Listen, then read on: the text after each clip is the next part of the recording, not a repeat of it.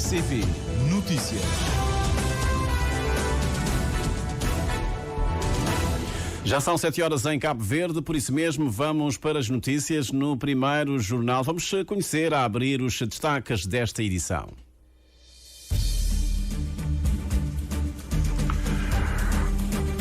Ministros da Defesa e das Finanças dos países que integram a CDO reúnem-se em conjunto ainda este mês.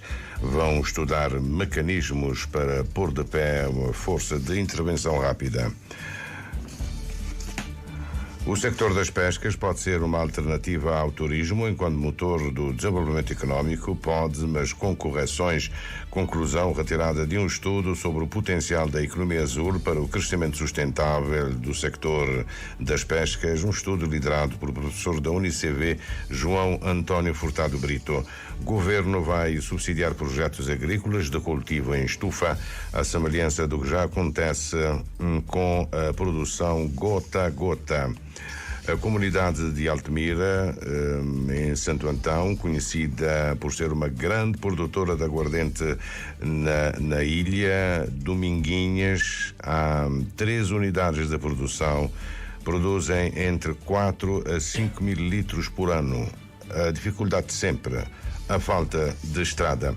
Professores podem endurecer a luta através de uma greve por tempo indeterminado no fim deste ano letivo, uma perspectiva assumida ontem pelo secretário executivo regional do SINDEP em Assembleia de Delegados Sindicais em São Vicente. Conhecidos os títulos, o desenvolvimento das notícias é já de seguida. A edição é do Júlio Vera Cruz Martins. Bom dia.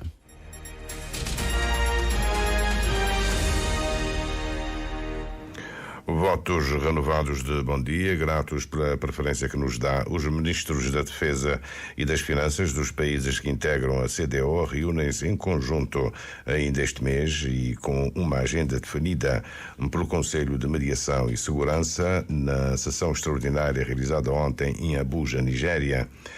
Uma sessão destinada a analisar a anunciada retirada da organização do Mali, Burkina Faso e Níger. A informação é certificada pela Secretária de Estado dos Negócios Estrangeiros.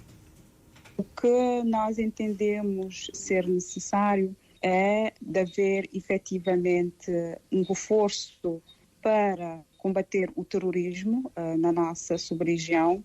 Também foi cedida a realização de um Conselho de Ministros das Finanças e da Defesa para propor possíveis modalidades de financiamento e de equipamento de força antiterrorista para que possamos efetivamente combater o terrorismo na sub-região. Miriam Vieira esclarece que a melhor data para o encontro dos ministros da Defesa e das Finanças está a ser ponderada pela Comissão da CDO, tendo em atenção as reuniões do Conselho Executivo e a Cimeira da União Africana que tem lugar na próxima semana.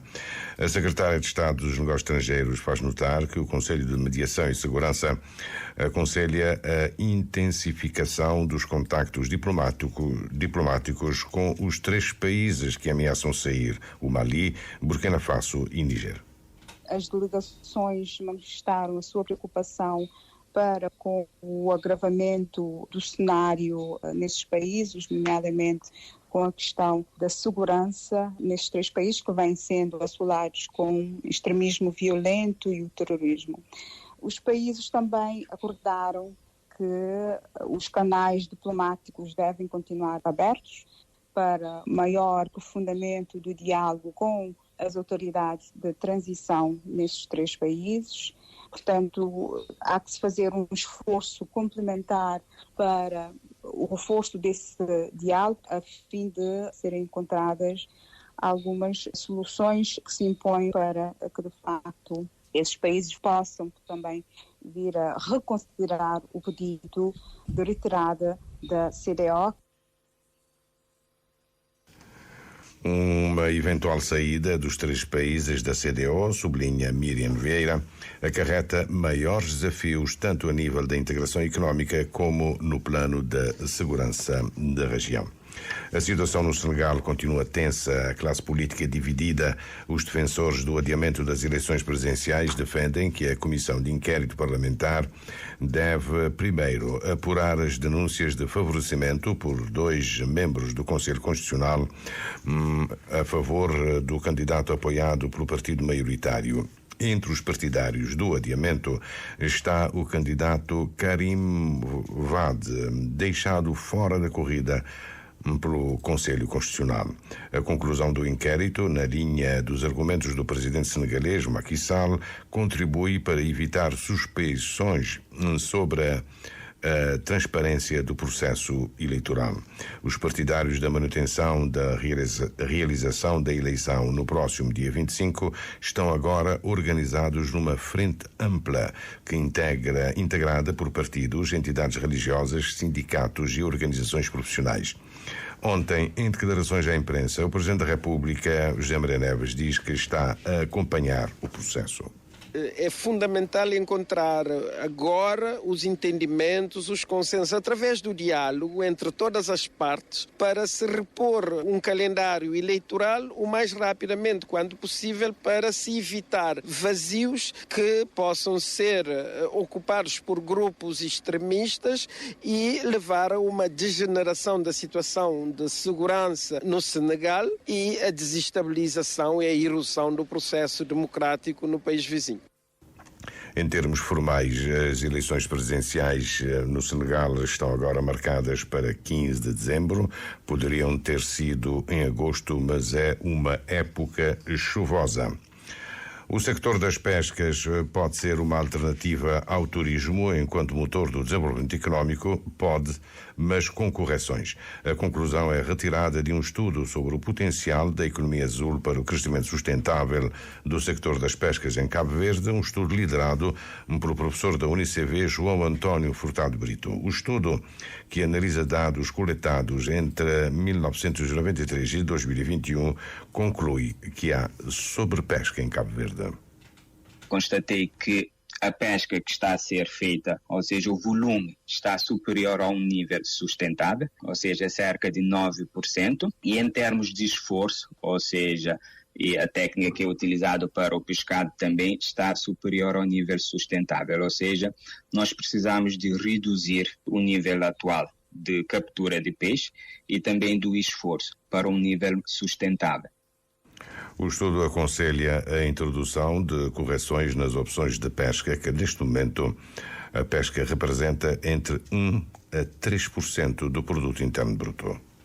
Se nós apostarmos mais nas embarcações industriais, o multiplicador do PIB será maior, ou seja, nesse momento a pesca em Cabo Verde é feita tanto pesca artesanal como também pescas em barcos semi-industriais. Para pescas feitas em botes artesanais, o multiplicador do emprego é maior, ou seja, permitirá maior criação de postos de trabalho, mas por outro lado, se optarmos pela pesca semi-industrial ou industrial, o impacto no PIB será maior. Então, além do mais, impõe-se que o peixe seja utilizado em toda a sua plenitude, primeiro como alimento e depois como matéria-prima, com o aproveitamento de escamas e espinhas, uma prática já seguida em países como a Islândia.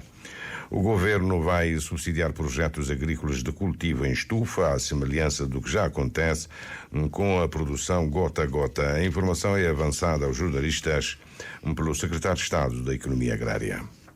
Ou seja, pessoas que querem aderir àquilo que a gente chama de agricultura protegida. Como é que é agricultura protegida? Porque não tem um clima adverso, não tem vento, não tem pouca água. Se não tem um programa de agricultura na estufa, o agricultor está a produzir mais, está a ganhar mais seu rendimento totalmente. A subvenção enquadra-se no chamado Programa de Incentivo à Agricultura Inteligente, que o Executivo prevê lançar em breve. Miguel Ângelo da Moura anuncia também uma garantia bancária do Estado aos agricultores que pretendam fazer a prospecção de água a título privado. Agricultores podem fazer furos privados, esta recorre a bancos, o Estado está dando garantia para fazer esse furo, para ter água, que ela está garantindo duas coisas: regularidade no acesso à água e previsibilidade. Porque um agricultor babanco que investe e tem certeza de meter água na hora certa, no tempo certo, na quantidade certa. Segundo o governante, o programa de mobilização de água subterrânea estimado em 3 milhões de contos e já publicado no boletim oficial pode servir de alternativa aos agricultores que não disponham de capacidade para fazer recurso a empréstimos bancários. Miguel Ângelo anuncia ainda o plano e o fomento à pecuária que irá completar a lei da pecuária. O que não sabem ajuda, agricultores e criadores de gado, a escolher que as melhores raças, que estão dando melhor rendimento, mas também que está ajudando a montar essas criações de melhor forma. Um plano de fomento, não está registro limária, não está polimária brinco, mas também não está falar agricultor e criador. Qual que é a melhor alimentação para a limária? Qual que é a quantidade de água que a limária mete? Para permitir que agricultores e criadores não percam dinheiro. Medidas anunciadas pelo secretário de Estado de Economia Agrária, Miguel Ângelo da Moura. A comunidade de Altomira, conhecida por ser uma grande produtora de aguardente na ilha de Santo Antão, no primeiro povoado, isto é, Dominguinhas, existem 3 unidades de produção entre 4 a 5 mil litros por ano. O produtor António Vaz diz que o problema, em entrevista à jornalista Arilísia Rodrigues, o problema é a estrada. Um dos produtos encontrados nesta localidade, encravada no interior do concelho do Porto Novo, é o aguardente. Mas, tal como os outros, é um investimento prejudicado pela falta de estrada, conforme explicou o produtor de uma das unidades, António Vaz. Claro que não ficar prejudicado e o governo do IANOS não ficar prejudicado na zona. Outras zonas dá ajuda e ali não coisas que se para nós. Nada. António Vaz conta-nos que, por ano, estas 3 unidades produzem entre 4 a 5 mil litros de aguardente. Afirma que apostam numa produção de qualidade, mas que ficam prejudicados por causa do encravamento. Agora o Dominguinha te vende por todo lado. Onde é que se pedia 20 litros para te mandar? Assim não tanto, vai para São Cento. Mas o mestrado grosso te produz? Conforme cana. Que lá não pode dizer, o média uns 4 a 5 mil litros. Não te fazer, não te ficar aquele ali, se não puder, não te vai te levar para vender, que é para pagar a despesa do que a gente te traz. Não te fazer, não te tchê ali. Por exemplo, mesmo pagar pessoal, durante o ano se me vender, me tem que desenrascar, pagar pessoal. Por isso, deixa um pedido ao governo. Depois põe-nos na estrada, né? O resto não desenrasca. Mas não tem costume, o resto não desenrasca. O presidente da Câmara Municipal do Porto Novo disse esta quinta-feira que a questão do isolamento de Dominguinhas está no centro das preocupações do governo. Aníbal Fonseca explica que não foi possível incluir o desencravamento da localidade no pacote de 2024, mas que tudo se está a fazer para que venha no próximo. E para o próximo pode ser em 2025, pode ser em 2026. Ou seja, não querer reafirmar o compromisso do governo municipal, Câmara Municipal, e do governo central no desencravamento de Dominguinhas. Ele é crucial porque é uma comunidade de facto agrícola e turística com um potencial extraordinário e que tem a ganhar um outro nível de desenvolvimento quando não tiver estrada lá. Segundo o presidente da Câmara Municipal do Porto Novo, a comunidade não está abandonada, uma vez que tem recebido intervenções pontuais. Os professores podem endurecer a luta através de uma greve por tempo indeterminado no fim do ano letivo. Perspectiva assumida ontem pelo secretário executivo regional do SINDEP em Assembleia de Delegados Sindicais aberta a professores de São Vicente. O jornalista Albertino Brito também lá esteve. Segundo o secretário executivo regional e vice-presidente do SINDEP, Nelson Cardoso, a melhor data para uma greve por tempo indeterminado é por altura da avaliação final, que acontece no mês de maio. Onde é que o calendário da avaliação vai ser mexido, sim. E o professor que está a perder mais que 2 dias ou 3 dias de ser salário. Mas será uma greve inteligente. Uma greve inteligente e há que se respeitar a classe docente. E vai-se respeitar a classe docente. De acordo com Nelson Cardoso, o SINDEP está sempre em luta por uma maior dignificação salarial da classe docente, mas a decisão final cabe aos professores. Agora, tem frentes, tem formas diferentes. Eu tive expressão, lutas de rua, lutas enérgica, manifestação, greve, mas nós não temos de continuar nos diálogos, nas negociações, temos de continuar. Portanto, falhando o diálogo, falhando a negociação, há que adotar uma forma massiva de luta. E isso quem tem de decidir é o próprio professor, é a classe que tem de decidir. Nós não podemos propor, mas não realizar essa classe quiser. Nelson Cardoso aponta as falhas de todas as negociações ao governo. O governo tem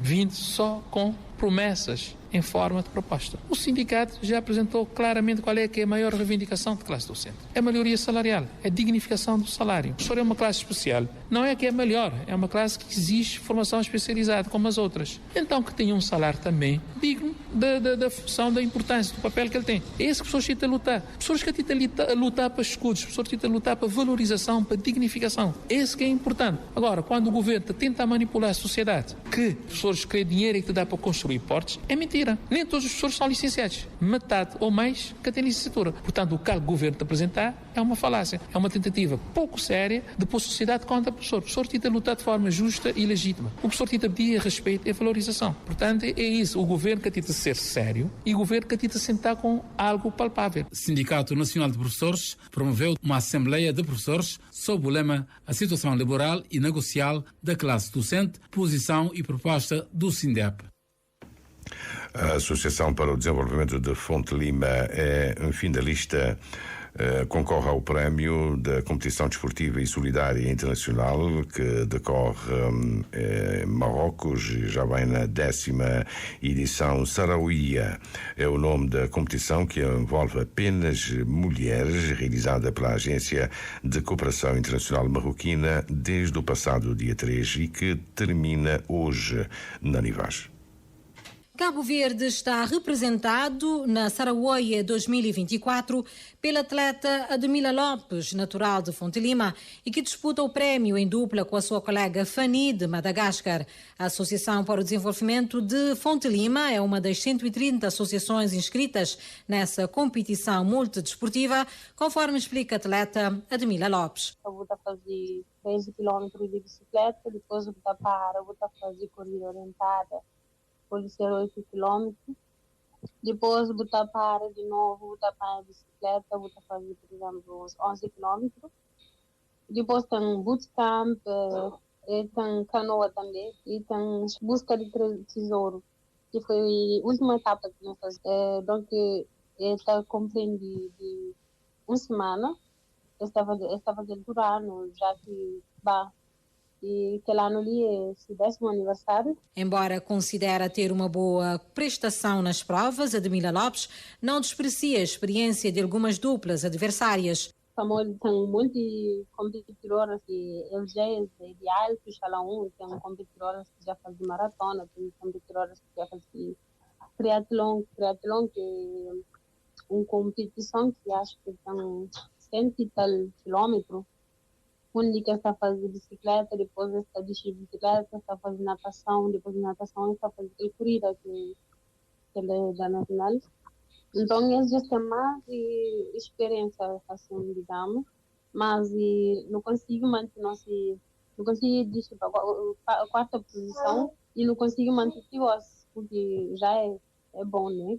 Mas não se está espera, agora não já classificação, uma classificação. Caso Admila Lopes e sua companheira conquistem uma das primeiras posições na classificação final Saraouia, que é divulgada hoje, todo o valor arrecadado reverter-se-á a favor da Associação para o Desenvolvimento de Fonte Lima, dar corpo aos projetos locais, sobretudo os que beneficiam crianças desfavorecidas ou órfãs, é o destino dado ao valor do citado prémio.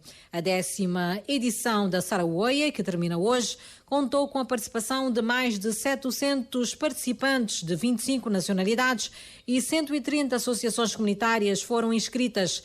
1000 quilómetros foram percorridos nas várias modalidades em Dakhla, Marrocos. Carlos Santos, a fechar este primeiro jornal, as relações entre os Estados Unidos e Israel estão tensas.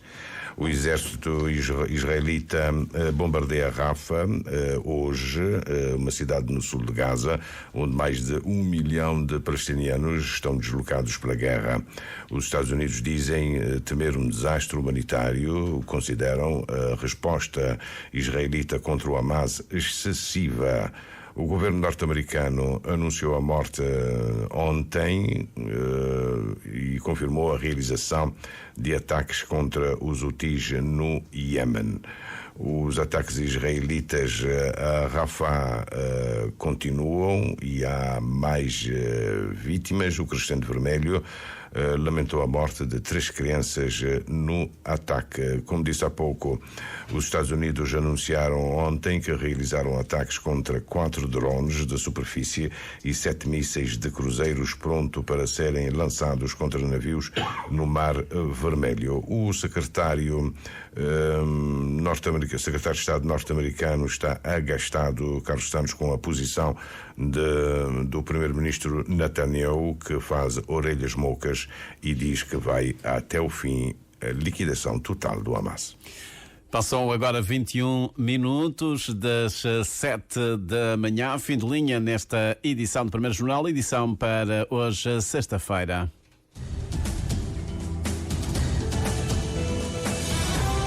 Mais informações em www.rtc.cv e na aplicação RTC Mobile.